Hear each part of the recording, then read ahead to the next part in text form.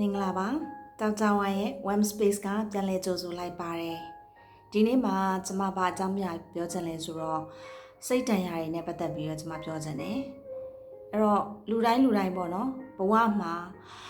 ကိုမေးဖြစ်ဖို့စူးစမ်းတယ်ဒါပေမဲ့စိတ်ထဲကနေပြီးတော့ပြန်ပေါ်လာတတ်တဲ့တိတ်ကနေပြီးတော့နာကျင်စရာတွေဝမ်းနည်းစရာအဖြစ်အပျက်တွေအလုံး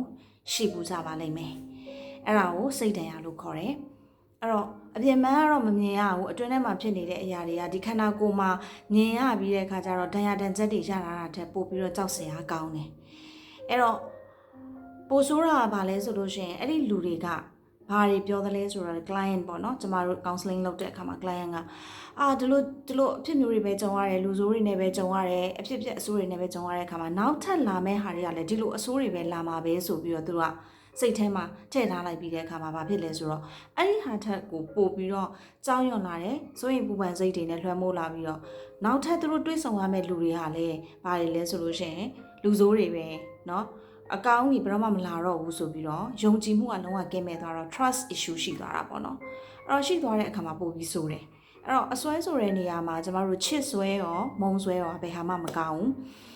အဲ့တော့မနေ့ကဆိုလို့ရှိရင်ကျွန်မလက်ခံတက်ခြင်းနဲ့ပတ်သက်တဲ့ဗီဒီယိုတစ်ခုကိုတင်ထားတယ်ပေါ့နော်အဲ့တော့ဒီစိတ်တန်ရာတွေကုသွားတဲ့နေရာမှာလည်းကျမတို့ကဒီလက်ခံတက်ခြင်းနဲ့လွတ်ချခြင်းကိုတွဲပြီးလုပ်ရမှာလေအဲ့တော့တွဲပြီးလုပ်ရမယ့်အခါမှာမကြည့်ရသေးလို့ရှင်ပြန်ကြည့်ကြည့်ပေါ့နော်လုပ်တဲ့အချိန်မှာကိုရီးယားစိတ်ခံစားချက်ကိုကသိရမယ်ဝမ်းနည်းနေတာလားဒေါသထွက်နေတာလားအာဃာတအညှို့အတေးတွေထားနေတာလားလက်စားချေချင်နေတာလားစိတ်အလိုမကျတွေဖြစ်နေတာလားဒါကိုသိလိုက်ပြီးတဲ့အခါမှာဒါကိုဒီစိတ်ဖြစ်နေတာကိုလက်ခံလိုက်ရမယ်လက်ခံပြီးတော့အရာအလုံးကအတိတ်မှာပဲအကုန်လုံးကပြီးသွားပြီပေါ့နော်ပြီးသွားပြီဆိုတဲ့ဟာကို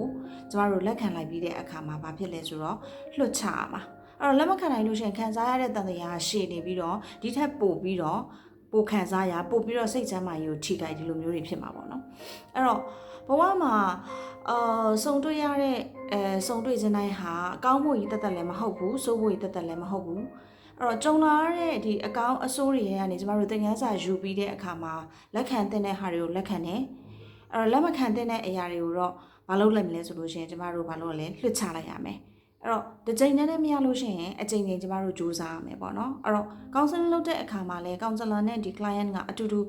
ပူးပေါင်းဆောင်ရွက်ပြီးတော့လှုပ်ဆောင်ရတာဖြစ်တဲ့အတွက်ကြောင့်မို့လို့အချိန်အနေနဲ့ကတော့အချိန်ပေးရတယ်အခုဒီနေ့ပဲလက်ခံလိုက်တယ်ဒီနေ့ပဲလွှတ်ချလိုက်ပြီးတော့စိတ်ဓာတ်ရတွေအကုန်လုံးကင်းသွားတယ်ဆိုတာတော့မဟုတ်ဘူးပေါ့နော်အဲ့တော့ပြန်တွေးကြည့်မယ်ဆိုလို့ရှိရင်ဘဝမှာကျမတို့ဒီအရေးကြီးဆုံးကအစွဲကင်းနဲ့ကိုယ်တိုင်စိတ်ချမ်းသာဖို့ပဲအဓိကလိုရင်းဖြစ်ပါတယ်ဒီနေ့ပြောချင်တဲ့အရာလေးကတော့ဒီလောက်ပါပဲဒီနေ့ဗီဒီယိုမှာကိုယ့်အတွက်အကျိုးတစုံတရာရရှိစေခဲ့တယ်ဆိုလို့ရှိရင်တော့ follow လုပ်ပါ like and share လုပ်ပြီးတဲ့အခါမှာ community ကိုကူညီပေးနိုင်ပါတယ်အဲ့တော့Dr. Wine ရဲ့ Warm Space ဖြစ်ပါတယ်နောက်ထပ်ဗီဒီယိုနဲ့အတူပြန်လာခဲ့ပါမယ်ရှင်